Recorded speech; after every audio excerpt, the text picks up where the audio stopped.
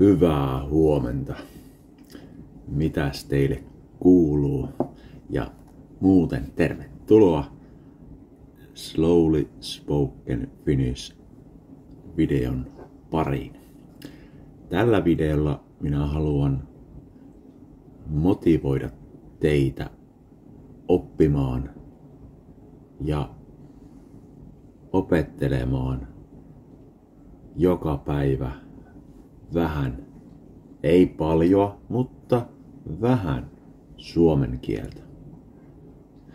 Haluan puhua vähän erilaisista tavoista ja keinoista omaksua kieltä, omaksua suomen kieltä ja oppia suomen kieltä. Tehdään pieni erottelu siihen oppimiseen ja omaksumiseen. Puhutaan vähän motivaatiosta ja puhutaan siitä, että toivoa on.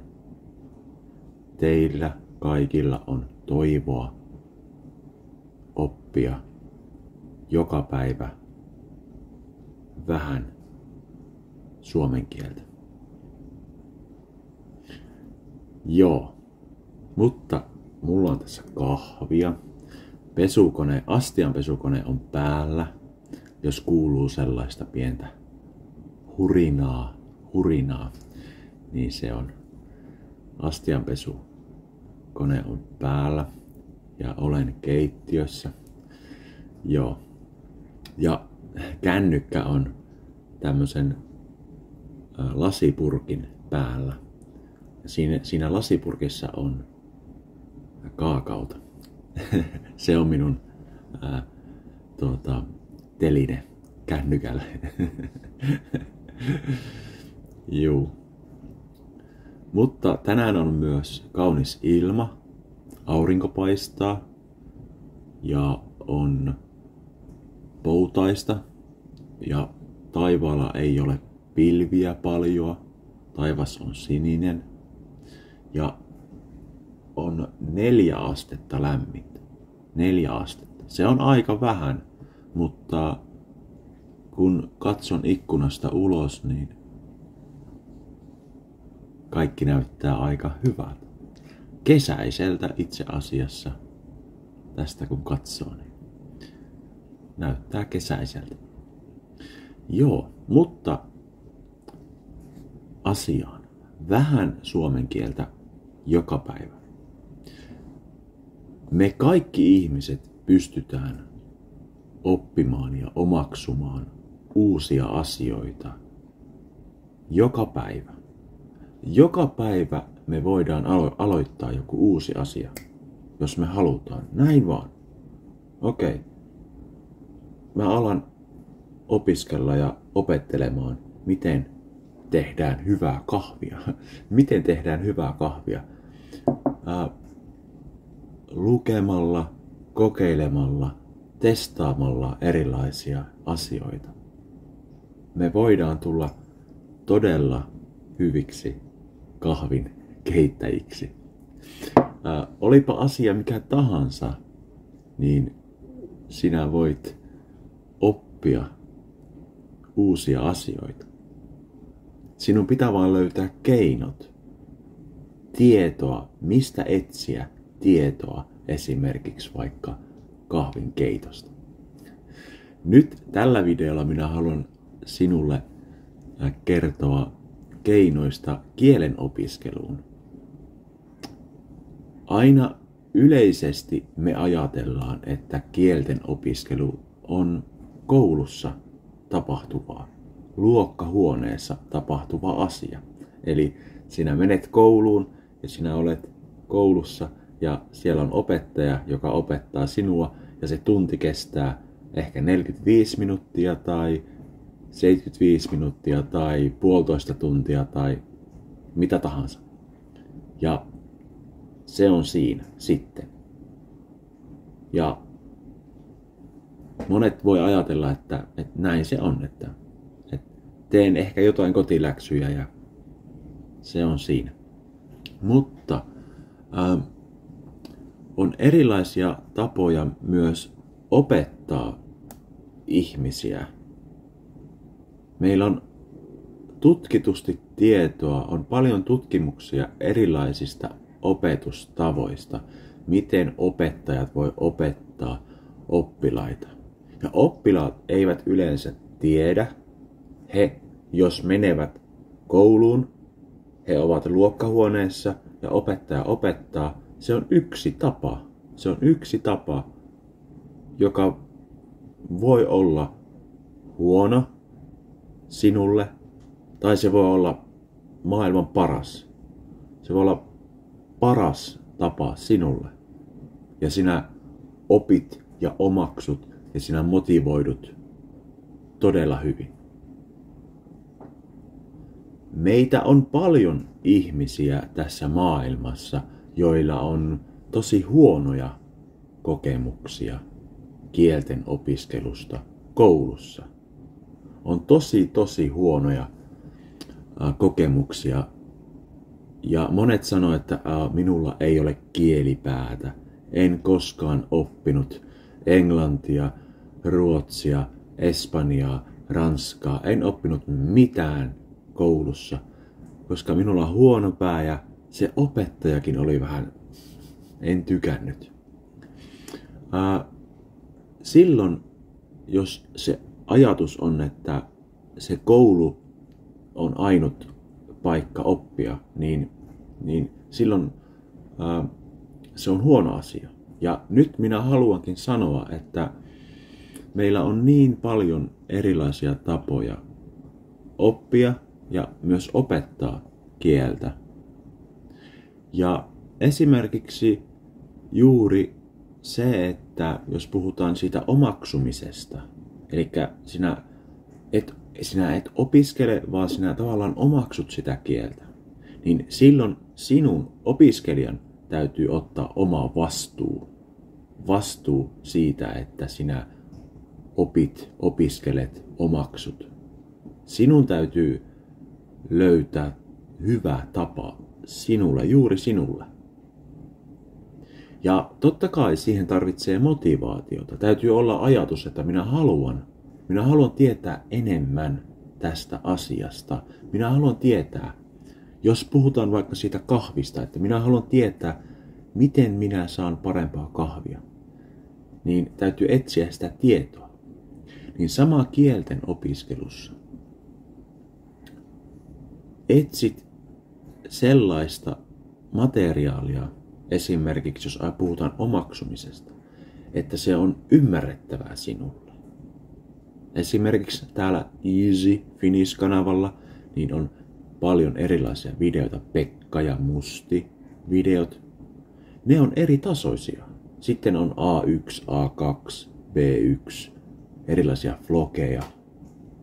Tämä Easy, tämä Slowly Spoken Finnish videosarja. Erilaisia tasoja ja tapoja opiskella. Sinä voit kuunnella, katsoa, lukea, ilman että sinä teet mitään. Sinä olet ja okei. Ja sinä omaksut sen asian katsomalla. Ja sinä omaksut tiedostamatta paljon asioita. Mutta sitten jos ajatellaan opiskelemista, jos sä haluat opiskella, sinä otat kynän ja paperin ja katsot, kirjoitat muistiinpanoja, kirjoitat jotain sanoja, teet vaikka sanalistaa, opettelet erilaisia sanoja ja teet tällä tavalla. Ja sitten kun taas palaat sellaiseen erilaiseen materiaaliin, esimerkiksi erilaisia videoita katsot, kuuntelet musiikkia, niin se, että sinä yhdistät esimerkiksi sitä, että sinä opettelet, sinulla on keinoja, kirjoittaminen, sinulla on erilaisia tapoja, sinä luet, sinä puhut, erilaisia asioita teet mindmappeja, ajatuskarttoja, teet muistisääntöjä erilaisia, niin sit kun sinä palaat esimerkiksi sellaiseen, että sinä haluat katsoa vaikka Pekka ja Musti-sarjaa tai jotain vastaavaa. Vaikka Pekka ja Musti aamupalalla tai metsässä lenkillä. Ja sinä olet opiskellut sanoja. Sinä olet opiskellut, mitä on metsässä tai mitä on aamupalalla. Onko siellä leipää ja kahvia ja maitoa ja ynnä muu. Sinä olet opiskellut sanoja. Niin ne sanat on sinun mielessä. Sinä teet tietoisesti oppimista. Sinä teet tietoisesti, että sinä opit. Niin nyt kun sinä kuuntelet tämmöisiä ymmärrettäviä videoita, mitkä on helppoja, niin sä katsot uudestaan esimerkiksi jonkun videon ja sinä huomaat, että voita, maitoa, leipää. Nyt minä tiedän nuo sanat, koska minä olen opiskellut niitä sanoja. Mutta ymmärrä tämä asia, mikä on tosi tärkeää, kun puhutaan oppimisesta ja omaksumisesta. Sinä et tiedä, mikä tämä on. Sinä et tiedä, mikä tämä on. No, yksi tapa. Sinä otat kirjan ja siellä on kuva. Siellä kirjassa on kuva tästä. Ja siinä lukee omena. Siinä lukee omena. Ja sitten sinä kirjoitat sen omena vihkoon ja voit kääntää se omalle kielelle vaikka apple, an apple, english tai une pomme ranskaksi. Ja sitten sinä katsot jotain ohjelmaa, jossa puhutaan vaikka omenoista. Niin sä ymmärrät sen. Eli sinä opiskelit, sinä teit töitä, kirjoitit, ehkä teit muistikortteja, flashkartteja, kortteja ynnä muita. Opiskelit an apple, omena. Okei, nyt minä muistan. Ja sitten sinä katsot jotain. Pekka syö. Mitäs Pekka syö? Omenaa. Omena. Ai niin, omena. Se on se, joo. Mutta samalla lailla sinä voit myös omaksua. Että sinä et edes katso mitään, mutta sinä katsot jotain ja sinä näet, mikä tämä on. Sinä et tiedä, mutta sitten esimerkiksi minä sanon, joku sanoo, se on omena. Omena. Sä mietit, omena? Mikä? Omena? Omena. Tämä on omena. Okei, nyt sinä ymmärrät, se on omena. Ilman, että sinä olet katsonut kirjasta tai mistään muualta. Sinä omaksut sen ilman, että sinä opiskelet. Koska se, mitä sinä katsot, on ymmärrettävää sisältöä, ymmärrettävää sisääntuloa tänne sinun aivoihin. Sama homma, jos sinä et tiedä, mikä tämä on esimerkiksi. Nytten, sä et tiedä, mikä tämä on. Niin minä sanon, että tämä on hammastahna. Hammastahna hampaille. Hammastahna. Voidaan sanoa tuubi. Hammastahna tuubi. Hammastahnaa. Hammastahnaa. Se ei ole hammasharja. Harja. Ei, vaan hammastahna. Okei. Nyt sinä olet hammastahna. Hammastahna. Hammastahna. Hammastahnaa. Ehkä sinä nyt omaksuit. Nyt sinä ymmärsit. Ilman, että olet koskaan kuullutkaan hammastahnasta. Mutta tämä on hammastahna. Hammastahna.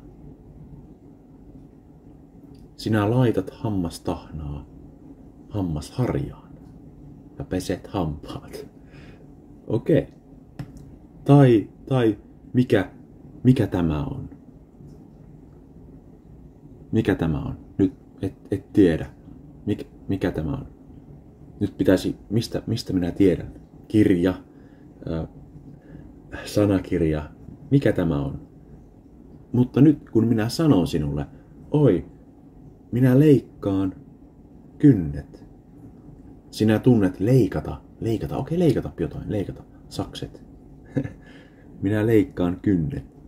Kynsi. Se on kynsi.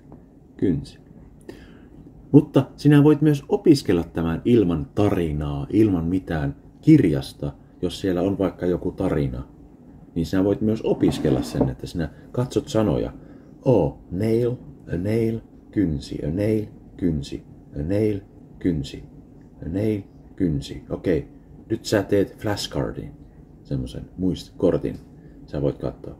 A nail, kynsi, a nail, kynsi, kynsi. Okei. Minä leikkaan kynnet. Minä leikkaan kynnen. Okei. Minä leikkaan kynnen. Ja nyt kun sä kuuntelet kynsi, kynnen, kynnet. Okei, taivutus. Sinun ei tarvitse mennä kalliille, todella kalliille suomen kielen kurssille, missä opetellaan taivutuksia, vaan jos sinulla on oikea materiaali, niin sinä omaksut sen, että kynsi, okei, a nail, kynsi. Minä leikkaan kynnen, okei, kynsi, kynnen. Kun jotain tapahtuu kynnelle, niin minä sanon kynnen, leikkaan kynnen, poistan kynnen.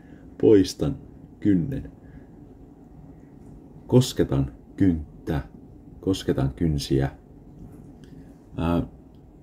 Sä voit omaksua sen tietämättään, sen taivutuksen. Sinun ei tarvitse tehdä kynsi, kynnen, kynnessä, kynnellä, vaan kun sinä katsot oikeaa materiaalia, ja se on juuri sitä comprehensible input materiaalia, sitä ymmärrettävää materiaalia. Sä tiedät jotain, mutta sinä ymmärrät siitä kontekstista. Ja se voi olla vähän vaikeampaa. Mutta sä ymmärrät siitä kontekstista. Sen takia moni ajattelee aina sitä kielioppia niin tärkeänä. Totta kai se on tärkeää, se on hieno opiskella. Mutta jos sinä yrität etsiä sellaista tietoa, missä esimerkiksi on vaikka helppoa, että minä syön, mikä tämä on, omena. Minä syön, mutta sinä et tiedä mitenkä taivuttaa omena. No, sinä voit etsiä tietoa kirjasta ja Wikipedia, Google, ChatGPT, kaikki. Okei. Mutta jos sä kuuntelet tarinaa, vaikka että minä tykkään omenasta. Tämä on omena ja minä tykkään syödä omenia syksyisin. Minä syön omenan. Missä on omena? Minä söin omenan. Minä syön omenaa. Minä syön omenaa. Minä syön omenaa. Omena. Missä on omena? Tässä. Minä syön omenaa. Minä söin omenan. Omenaa ei ole enää. Mutta kun minä syön omenaa, sitä on jäljellä. Se on täällä. Jos löydät sellaista materiaalia oppimiseen tai omaksumiseen, niin sinä omaksut kielioppia ihan tietämättä. Sinä et edes tiedä, että sinä omaksut. Okei, omena, omenasta, omenaa, omenan, omenalla. Kun kuuntelet ja se tarina on rikastuttavaa. Siinä on erilaisia sanoja, erilaisia taivutusmuotoja. Niin oppiminen ja omaksuminen, se on erilainen tie. Oppimista on todellakin se, ja se keino, että sinä menet vaikka katsomaan sanojen taivutuksia, teet KPT ynnä muita kaikennäköisiä sääntöjä, verbityyppejä ynnä muuta. Mutta se, että jos esimerkiksi minun kanavalla niin tarjoan tarinoita ja erilaisia tapoja siihen, että nämä asiat tulevat tutuiksi, mitkä ovat päivittäisiä. Että on banaaneja tertussa. Ne tulevat sinulle tutuiksi. Mutta aikuisena niin me voimme hyödyntää erilaisia tapoja. Jos sinä olet kurssilla, suomen kielen kurssilla esimerkiksi, tai minkä kielen tahansa kurssilla, ei ole väliä mikä kurssi, mikä kieli, ei ole väliä. Mutta se, että jos se tuntuu todella vaikealta ja sä olet siellä opettaja sanoo, että tämä on omena, omenasta, omenaa ja se on tällainen, sitä kutsutaan illatiivi, allatiivi, ellatiivi, bla bla bla, ynnä muuta. Ja sä oot silleen, että en pysty. Mutta on toivoa siitä, että voit etsiä itse erilaisia tapoja opiskella. Erilaisia asioita voit sieltä jostain muualta hakea. Ja ymmärtää, että okei, tämä opetustyyli on tällainen. Ja koska opetustyylejäkin on erilaisia. Ja koulussa monesti se on tavallaan sellaista, että se ei ole niin ehkä luonnollisen kielen omaksumiseen tai kommunikatiiviseen tapaan. Et siellä on paljon myös sitä tavallaan kielioppikäännös sen tyylistä. Mutta nykyään on tietenkin opetus aivan erilaista kuin se oli joskus aikanaan. Nykyään otetaan huomioon erilaisia opetustapoja ja monesti yhden tunninkin sisällä voi olla erilaista tyyliä ja erilaisia tapoja. Ja se voi olla todella rikasta. Kieliopin jutut voi olla vaikka 15 minuuttia. Ja sitten joku loppu voikin olla, että on hyviä, mukavia keskusteluita, erilaisia tarinoita, erilaisia tehtäviä. Mutta sinä voit aina itse myös vaikuttaa siihen, että miettiä, että omaksuminen ja oppiminen ja ne keinot, mitä ne ovat. Joo, mutta hei, tällainen video. Toivottavasti opit ja omaksuit jotain. Ja muista aina, että laittaa tekstitykset päälle ja voit säätää videon nopeutta ja niin päin pois. Kahvi on vähän kylmää, mutta niin kuin sanotaan, kylmä kahvi kaunistaa. Vai kaunistaako? Joo. Ei mitään. Mä oon Jarno. Tää on Easy Finnish kanava. Pistä kanava tilaukseen, voit liittyä kanavalle, voit tukea, lahjoittaa, kommentoi, jaa video. Mitä muuta? Ei mitään. Hei, hyvää viikonloppua. Moikka!